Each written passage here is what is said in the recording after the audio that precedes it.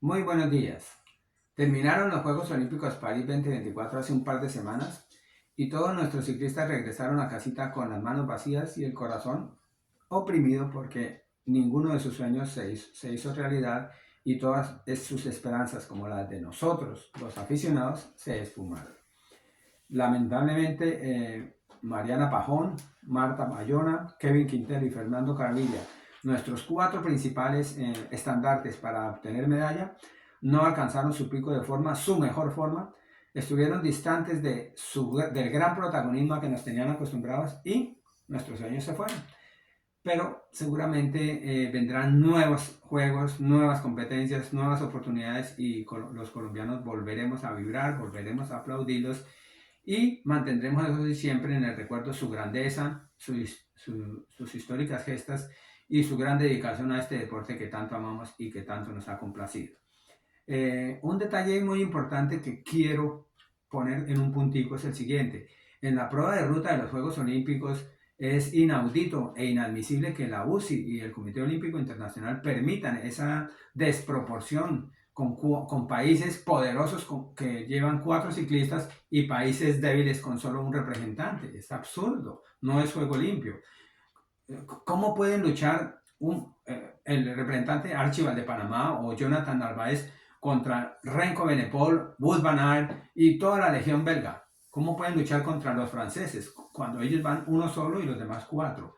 No puede ser, pues Daniel Felipe Martínez y Santiago Buitrago iban en la mitad, 2 contra 4, y eso también de todas maneras es desventaja. Entonces, Paula Patiño, solita contra todas esas poderosas y magníficas ciclistas europeas en equipos de A4, de 3, de 2 y Paula Patiño sola buscando ella misma su alimentación, viendo cómo lograba solucionar percances mecánicos, etcétera. Es decir, ningún equilibrio, no hubo juego limpio y así pasaron las cosas y así escasamente Paula Patiño logró la ubicación 50ª, Daniel Felipe Martínez el 25º lugar y Santiago Buitrago la 19ª posición, que no son lo mejor y que no nos satisfacen, que no alcanzan, por ejemplo, la plata de Rigoberto Urán en Londres 2012, cuando íbamos mejor acompañados y había más equilibrio.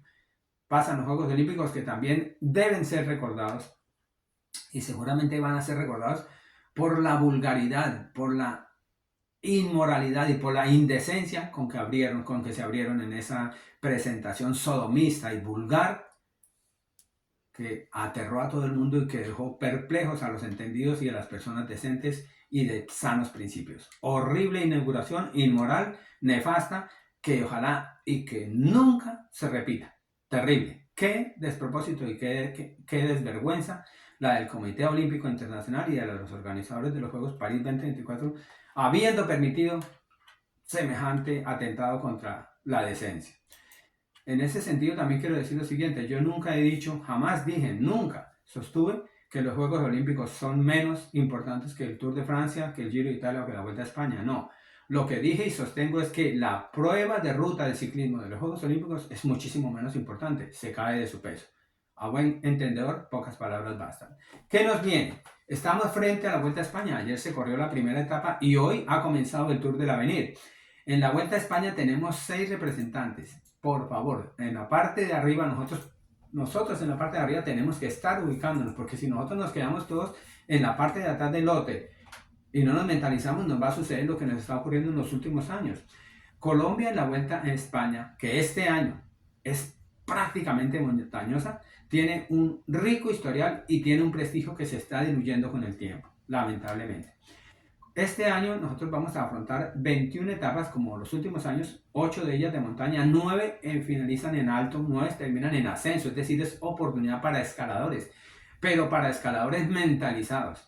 No hay 8 etapas de alta montaña, 6 de media montaña y 5 ondulados, es decir, totalmente montañosa, una etapa prácticamente montañosa. Pero si nuestros 6 representantes no se mentalizan y no recuerdan el historial de Colombia en la Vuelta a España, de nada les va a servir. ¿Por qué digo lo del historial? Por lo siguiente, porque increíblemente la mejor actuación colombiana en la Vuelta a España se dio en el año 1987. Terrible. Casi 40 años. Y ya se nos olvidaron Luis Herrera, no creo que sea, ya se nos olvidó Fabio Enrique Parra, ya se nos olvidó Oscar de J. Vargas, ya se nos olvidaron todos esos grandes escarabajos que fueron y demostraron en Europa que Colombia es un país de ciclismo y de ciclismo brillante, formidable y esplendoroso. ¿Qué pasó? ¿A dónde fueron todos esos grandes titanes? ¿A dónde están los escaladores de hoy en día? En 1984, cuando por primera vez participamos en la Vuelta a España con Edgar Corredor y Patrocinio Jiménez, alcanzamos la posición quinta y séptima. Y Edgar Corredor se coronó como el mejor neoprofesional en la primera participación. Solo 2 colombianos y entre los 7 primeros. En 1985, con Fabio Rodríguez, el mundo tembló. Alcanzamos en 1985 con Fabio Rodríguez, el mundo tembló y alcanzamos, aparte del tercer lugar, obtuvimos 3 etapas y y el mejor joven con Fabio Parra, es decir, 84 con Edgar Corredor, 85 con Fabio Parra, y 2 entre los 10 primeros ese año, Francisco Rodríguez tercero, Fabio Parra quinto, mejor joven y tercer lugar, es decir, primer podio para los ciclistas colombianos y 3 etapas, ganó 2 Francisco Rodríguez y una ganó Antonio Agudelo, es decir, protagonismo 84, 85, en el 86 Omar Hernández, mejor neoprofesional, 87 la barrida de Luis Herrera, es decir, años distantes. ¿Y dónde está todo ese protagonismo? ¿A dónde se fueron nuestros escarabajos? ¿Qué pasó con sus descendientes? Es una tristeza. Incluso en 1989 hubo una gesta muy interesante que prácticamente pocos desconocen, pero que deberíamos estar revisando diariamente para que tratemos de regresar a esos tiempos y a esa grandeza. En 1989 Colombia pudo haber ganado esa vuelta, los pudos no sirven para nada, pero queda en la historia, porque Fabio Enrique Parra perdió el título frente a Pedro Delgado en maniobras y en situaciones que fueron muy normales en Pedro Delgado. Siempre sucedieron con Pedro Delgado esas cosas. Recuerden en el 85 lo que sucedió con Robert Millar y Francisco Rodríguez. Pues en el 89 nuevamente Pedro Delgado nos quitó la corona de los 100, pero ese año Colombia hizo una gesta inmensa. Ese año Fabio Parra fue segundo, Oscar de Jesús Vargas tercero. Oscar de Jesús Vargas se coronó rey de la montaña y ubicamos 8 ciclistas dentro de los 20 primeros. Por favor, Colombia. Muchachos, 8 ciclistas dentro de los 20 primeros en la Vuelta a España. Hoy suena increíble. Pues sucedió. Lo que ha venido después, lo olvidaron los tiempos porque realmente no ha sido mayor protagonismo. Con decir que la camiseta del mejor joven, la última vez que la ganamos fue en el año 2017 con Miguel Ángel López, que es otro super escalador que ya no aparece en los libros ni en los registros de la actualidad, porque la UCI lo confinó de una manera miserable e injusta a una suspensión que ninguno de nosotros deberíamos aceptar, pero que está presente. Entonces, vamos a tratar de que nuestros muchachos, si hagamos y luchemos y esperemos que nuestros muchachos, si llegan a saber de este video, o si alguien les quiere decir, hombre, sus antecesores fueron grandes, fueron inmensos e hicieron esto, recuerden que hubo muchachos como Félix Cárdenas que lucharon y conquistaron la camiseta de la montaña, precisamente la última camiseta de montaña que obtuvo Colombia en la Vuelta a España fue en el año 2004. Imagínense, 2004 con Félix Cárdenas. Y este año que hay tantos ascensos, que tenemos Alto Cabeza de Manzaneda, que tenemos Tejado de Ancares, que tenemos Cuitú Negro, Lagos de Covadonga, Moncalvillo y Picón Blanco, este año está abierto para que uno de nuestros muchachos se luzca. El último, incluso, Lagos de Covadonga, es un ascenso tan maravilloso y le sienta tan bien a los colombianos, que allí nosotros lo recordamos por los triunfos de Luis Herrera en 1987, 1991, de Oliverio Rincón en 1993 y del gran Nairo Quintana en el 2016. Es decir, está todo listo el escenario para que los colombianos se luzcan, pero tienen que despertar. No es posible que Daniel Felipe Martínez, Rigoberto Urán, Nairo Quintana, Einer Rubio, Brandon Rivera y Santiago Umba se queden dentro del lote, agazapados, ahí esperando que no lo saquen, porque ahí se quedan y ahí pasan, y no lo sacan nunca, pero en los titulares, porque no hacen nada.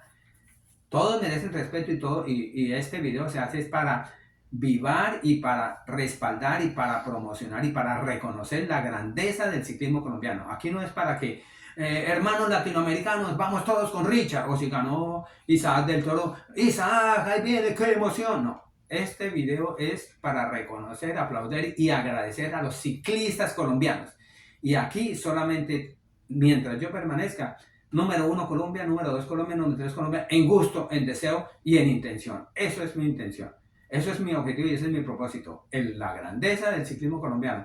Por eso escribí el libro Vida, Pasión y Suerte del ciclismo colombiano, porque cuando lo escribí en ese tiempo, todo el mundo decía esto se acabó, como con justa razón está diciendo Rigoberto Urán, esto se está acabando porque no tenemos dinamiteros, porque no tenemos escaladores, porque no tenemos Francisco Rodríguez, porque el grande, el único tremendo que teníamos, Miguel Ángel López, está suspendido. ¿Qué pasa con los demás? Entonces, Daniel Felipe Martínez en esta Vuelta a España va a tener muchísimos rivales, pero su principal rival va a ser Primo Roglic.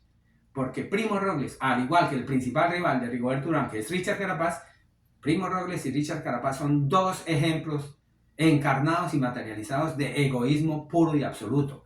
Dos ejemplos de mentalidad campeona, pero de ambición desmedida y desproporcionada. Richard Carapaz ni Primo Roglic van a trabajar jamás, nunca, por un compañero. Nunca, jamás. No lo van a hacer. Entonces no esperemos ni pensemos que Daniel Felipe o que Richard, que Daniel Felipe o que Rigoberto van a ser campeones, a menos que suceda algo muy, muy notorio, muy grande y que decentemente, como son nuestros ciclistas, ellos queden adelante, lejos de sus compañeros de equipo. Pero acuérdense también que si Rigoberto quedase adelante de Richard por alguna circunstancia, que es difícil porque Rigoberto está en su declive, mientras que Richard está en este momento en su parte alta, si sucediese eso, Richard no le va a ayudar a Rigoberto jamás, nunca, es que eso sí, ni siquiera. Acuérdense nomás en la Vuelta a España, cuando Richard Carapaz fue llevado para ayudarle por el Ineos a Egan Bernal. Y Richard Carapaz en las primeras etapas empezó a sentir que le dolía el oído, que le picaba la nariz, que le rascaba un ojo, que en el ombligo tenía una inflamación y que la rodilla también no le funcionaba. Entonces, claro, los del Ineos dijeron, hombre, Richard, usted relájese, que aquí llegan, lo acomodamos con Jonathan Castroviejo y con los demás compañeros. Usted relájese, tranquilo, si no. Y si tiene que retirarse, retírese. Entonces él cachó la cabecita y dijo, sí, sí. Y 3 etapas más tarde, Richard Carapaz comenzó a la gran locomotora del Carchi, porque ya no tenía que trabajar para nadie, se ganó 3 etapas y 3 de la montaña. Pilas colombianos, pilas colombianos. No es atentar contra ningún otro país, no, es simplemente a ser inteligentes y a ser realistas. Richard Carapaz no va a trabajar para Rigoberto, pero Rigoberto sí va a trabajar 100% para Richard porque Rigoberto es noble y es un auténtico profesional.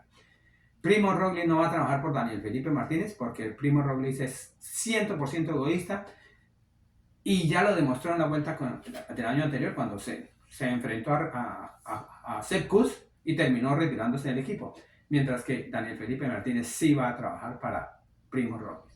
Y Nairo Quintana, todos lo sabemos, está en su declive y está comprometido absolutamente a trabajar por él mismo. O sea que no tenemos realmente una carta como hubo en años anteriores, de que este va a ser nuestro hombre para la corona de la Vuelta a España. No la tenemos.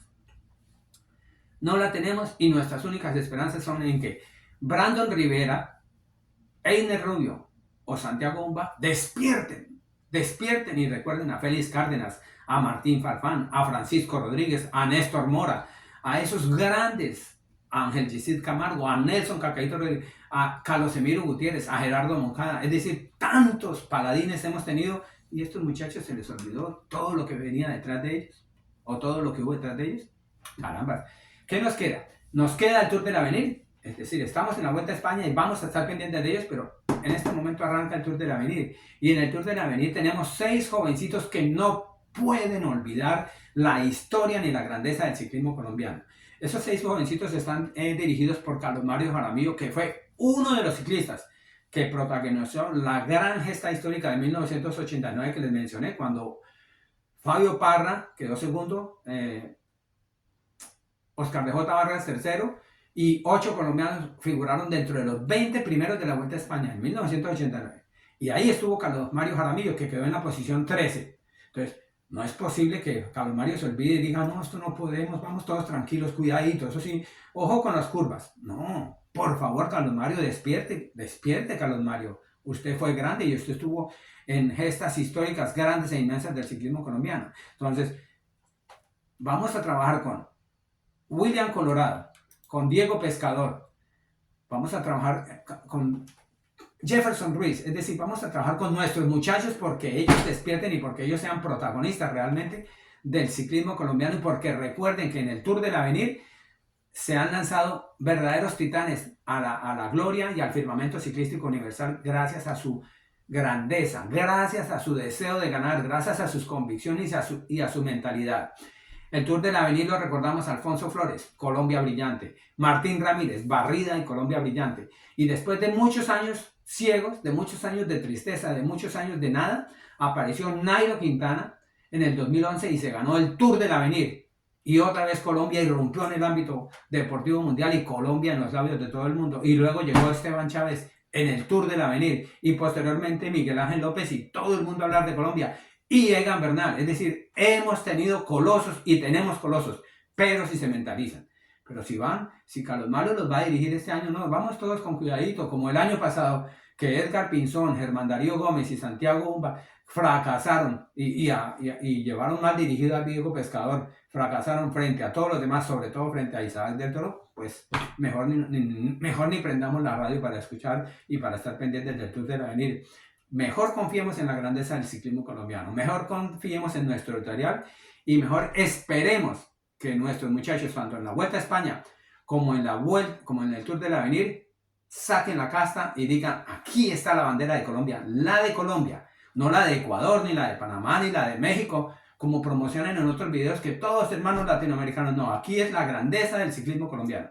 Que ellos lo recuerden porque ellos van es por Colombia y ellos van es por ellos, por sus familias y por estos millones de aficionados que los estamos vivando, que los estamos esperando y que estamos aguardando una victoria inmensa, resonante y grande del ciclismo colombiano. Gracias.